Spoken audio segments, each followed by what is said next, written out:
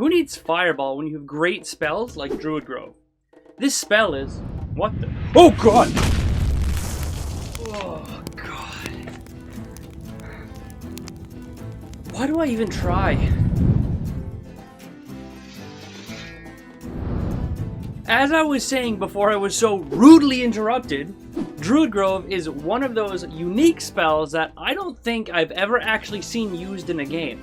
You invoke nature spirits to protect an area as large as a 90-foot cube. You can choose to place fog that heavily obscures area and slows movement, or create a grasping undergrowth of vines that functions like an entangle spell, and you can do this anywhere in a mixture throughout the entire 90-foot square. Alongside that, you can also choose to create up to 4 animated trees. And if that wasn't enough, you can also choose between 2 gusts of wind, 2 wind walls, or 1 spike growth within that area as well. So in terms of effects, there's a lot to cover here. Just to exemplify how crazy this spell actually is, let's break it down by the spell effects. Solid Fog roughly equates to a better fog cloud, and Grasping Undergrowth is literally an entangle spell. So right there, that is 2 first level spells, and that is not even considering the fact that it is an improved fog cloud, and the area of effect for both of those spells is much larger. If we consider the actual space covered by either of these spells, it roughly equates to casting them 16 times. That is 16 first level spell slots, and that is not even considering the other effects like the Awakened Trees. If you aren't familiar, animating a single tree usually costs a 5th level spell slot with the Awaken spell, but this animates 4.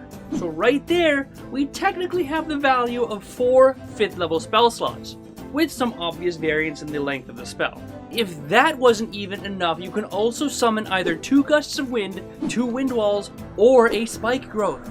Both Spike Growth and Gust of Wind are 2nd level spells, with Wind Wall being the odd one out, being a 3rd level spell. So with that in consideration, that adds an additional 2 2nd level spell slots, or 2 3rd level spell slots, depending upon which effect you choose. So let's math this out in the most simplistic way I can, level of spell slots. Right off the bat, we have at least 16 spell slots used for the Fog Cloud or Entangle effect. With the animated trees, we can add 4 5th level spell slots, equating to 20 leveled spell slots for the 4 Awakened Trees. And finally, with the addition of the wind or the spike growths, we can add an additional 4 to 6 spell slots depending upon the effect you chose. With all of that in mind, we have 16 plus 20 plus 6, totaling a massive 42 leveled spell slots for the low price of 1 6th level spell. I do have to say that you can't technically add spell slots together to equate for power. It's purely a way to exemplify the amount of effects you can get for one single spell. The only problem with Druid Grove is that it takes 10 minutes to cast, but if you have some time on your hand and you need to defend a large area, there is really no better spell than Druid Grove. Actually, there is one other problem that I did forget to mention. You're not subscribed. You should probably do that. Studies show that subscribers experienced a 69% increase in their overall happiness after subscribing. That percentage even doubled when they became members. So take care of yourself and hit that button.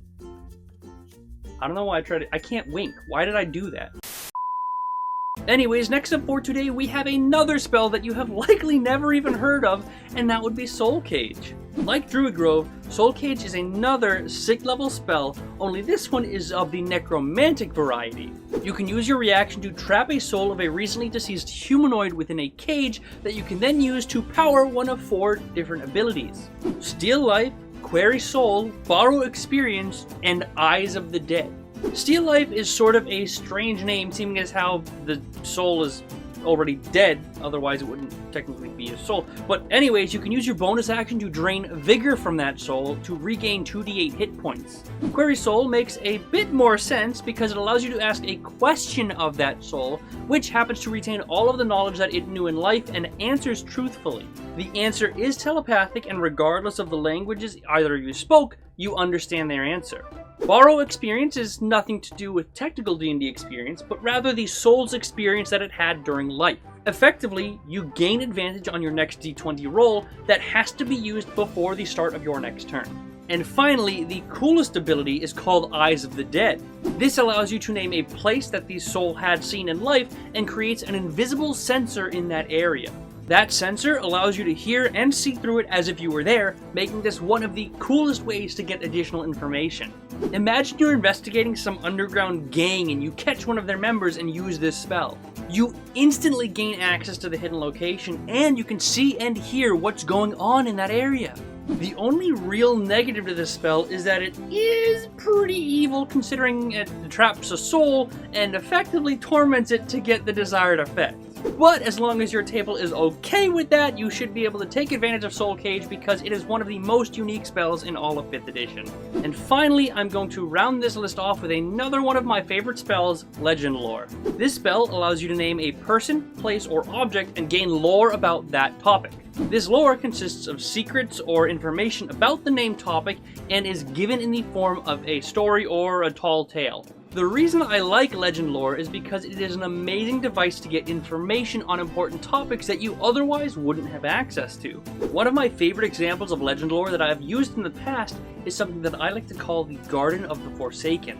The garden is otherwise a graveyard on a desolate cliffside that a small village uses to bury their dead whom happen to have no money or family. So maybe your party heard ghost stories or supernatural occurrences happening all focused around the garden, and you decided to use Legend Lore to find out additional information. Luck be with those whom wander into the garden. Old bones of lonely souls decay, eternally forgotten, crying to be remembered. Those whom enter be swift, for if you dwell, you'll likely hear your haunting knell. If that does not sound cool to you, then why are you even playing D&D? The more information you know about a specific topic, the more precise and detailed the information yielded will be. So if you cast Legend Lore after you've already visited the graveyard, or already doing some previous research on it, you'll get some more information. As sunlight fades and darkness swells, undead caretakers wander, looking for purpose.